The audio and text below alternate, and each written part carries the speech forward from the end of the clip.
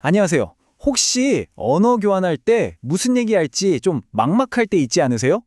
오늘은 정말 예상치 못한 주제를 하나 가져왔습니다. 바로 일본의 화장실이에요.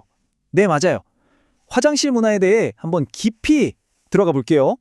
이런 말이 있어요. 일본에 처음 간 사람들이 가장 충격받는 게 멋진 신사나 절이 아니라 공항 화장실이라고요. 진짜 유명한 관광지보다 화장실이 더 기억에 남는다는 거죠. 아니 도대체 왜일까요? 그 비밀이 바로 오모테나시에 숨어 있습니다. 들어보셨나요? 진심으로 손님을 대접하는 그런 일본 특유의 환대 문화인데요. 일본의 최첨단 화장실이 바로 이 오모테나시 정신의 끝판왕이라고 할 수 있어요. 모든 게 다 정말 오로지 사용자가 편안하도록 만들어졌거든요.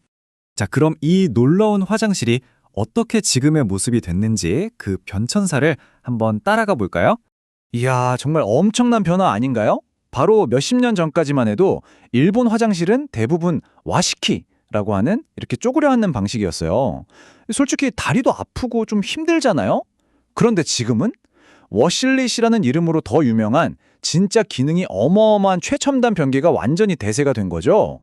근데 이 워슐릿이 얼마나 널리 퍼졌냐면요. 무려 80%가 넘습니다. 현재 일본 가정의 80% 이상이 이걸 쓴대요. 와, 이건 뭐 거의 모든 집에 하나씩은 있다고 봐도 되는 수준이죠. 이게 처음 나왔을 때가 1980년대인데 당시 광고 문구가 진짜 대박이었어요.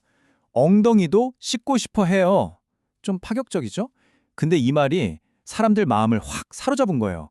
왜냐하면 일본 문화에 깊숙이 박혀있는 청결함에 대한 가치관과 딱 맞아 떨어졌거든요. 자, 그럼 이제부터는 단순한 기술 이야기를 넘어서서요. 이 화장실의 독특한 기능들 속에 어떤 문화적인 생각과 심리가 숨어 있는지 한번 파헤쳐 보겠습니다.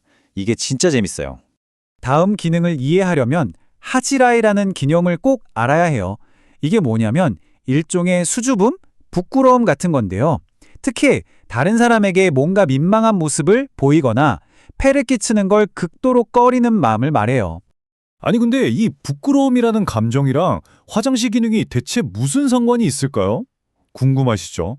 바로 이겁니다. 오토이메. 번역하면 소리의 공주라는 기능인데요. 이 버튼을 딱 누르면요. 물은 안 내려가고 시원한 물소리만 싹 하고 나는 거예요. 왜? 다른 사람한테 내 소리가 들릴까봐 민망해하는 바로 그 하지라이를 지켜주기 위해서죠. 와, 정말 다른 사람을 배려하는 마음에서 탄생한 기가 막힌 아이디어 아닌가요? 자, 또 다른 중요한 문화 코드가 있습니다. 이번엔 케가레라는 건데요. 이건 신토 사상에서 온 개념인데 쉽게 말해 더러움이나 불결함을 뜻해요. 그래서 일본에서는 깨끗한 곳과 더러운 곳을 확실하게 나누려는 경향이 있어요. 그래서 일본 집에 가보면 꼭 있는 게 있죠. 바로 화장실 전용 슬리퍼. 불결한 공간으로 여겨지는 화장실과 깨끗한 거실 같은 공간을 물리적으로 딱 나누는 거죠.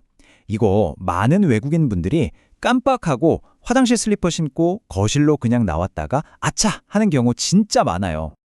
자, 이제 집 안에서 나와서 밖으로 한번 나가볼까요? 일본의 공중화장실 이야기도 빼놓을 수 없거든요. 이건 정말 다른 나라랑 비교해보면 확 느껴지는데요. 일본에선 공중화장실이 거의 항상 무료고 깨끗하고 또 안전해요. 사실 이게 당연한 게 아니잖아요. 정말 대단한 부분이라고 생각해요. 최근에 세계적으로 엄청 칭찬받았던 영화 Perfect Days 보셨나요?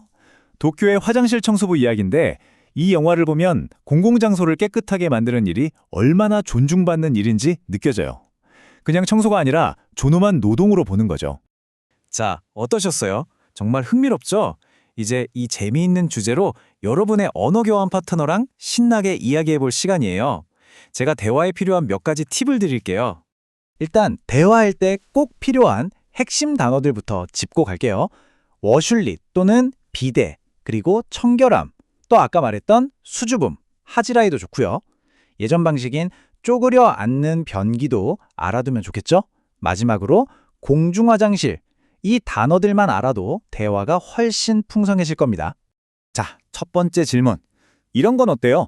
일본 화장실, 솔직히 기술이 너무 과한 거 아니야? 뭐 온풍 건조에 마사지 기능까지. 여러분은 이게 꼭 필요하다고 보세요? 아니면 좀 투머치라고 생각하세요? 친구랑 한번 얘기 나눠보세요. 두 번째, 소리공주 문화에 대한 건데요.